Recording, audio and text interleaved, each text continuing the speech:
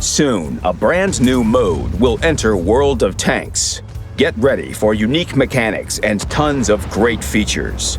7v7 battles in Tier 10 vehicles, vehicle preparation just moments before battle, game-changing and powerful role skills, updated maps with points of interest, a special ranking system, voice chat for your entire team, and even 7-player platoons. This is Onslaught. The first launch will be called Season of the Griffin. To participate, you need at least one Tier 10 vehicle in your garage. In Onslaught, you'll be shown your team and battle map before being asked to select a vehicle. Pre-battle preparation will take place during the countdown. At that point, you'll already know the starting positions of your allies. You'll also be able to switch equipment and consumables during this time. However, you won't know anything about the enemy's vehicles until they are spotted. Fog of War is active in Onslaught. Select and configure your vehicle depending on the battlefield and adjust to any team lineup on the fly. But keep in mind that some maps have been adapted specifically for Onslaught. For example, you can now safely roll through the window on El Haluf. And it's now easier to break through the main workshop on Pilsen. On top of that, buildings have been added to Sand River. And there are new small changes throughout Himmelsdorf everywhere but the castle. All of these changes make the maps more suitable for 7v7 battles and the new points of interest. Points of interest are a brand new feature in World of Tanks. Capture these areas on the map to earn special tactical skills. There are two types of points of interest. The Comm Center can be captured in just a few seconds. It allows you to use the Divisional Radar skill, which briefly spots all enemy vehicles. Capturing the Artillery Headquarters allows you to call in heavy artillery support. Enemy vehicles in the impact zone will be damaged and stunned. Nearby allies will be stunned too, but they won't suffer any damage. The Artillery Headquarters may provide a significant advantage, but it will take longer to capture. You can only use each skill once per capture. However, if you want to give it another shot, just capture the position again later. But remember, any damage to your tank at a point of interest will temporarily block the capture. Points of interest can turn the tide of a battle. Capturing them is risky, but it's said that risk is a noble cause.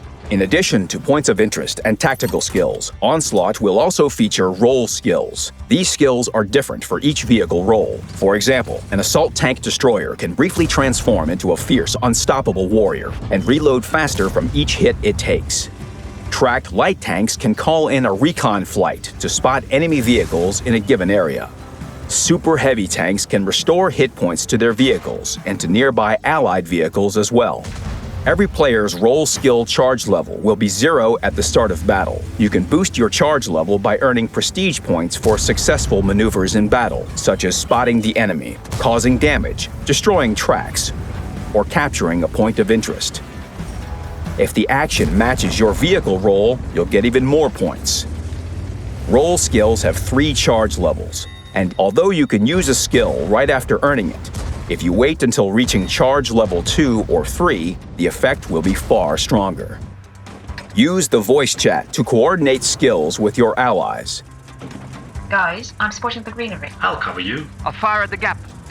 This chat is available for the entire team and allows you to function as one big platoon.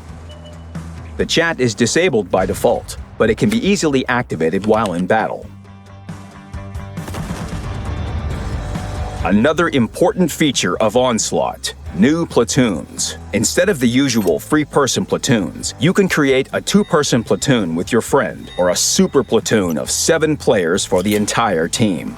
The matchmaker will try to match super platoons against one another, but if there are no super platoons available in the queue, it will match random players and regular 2-player platoons with similar ratings.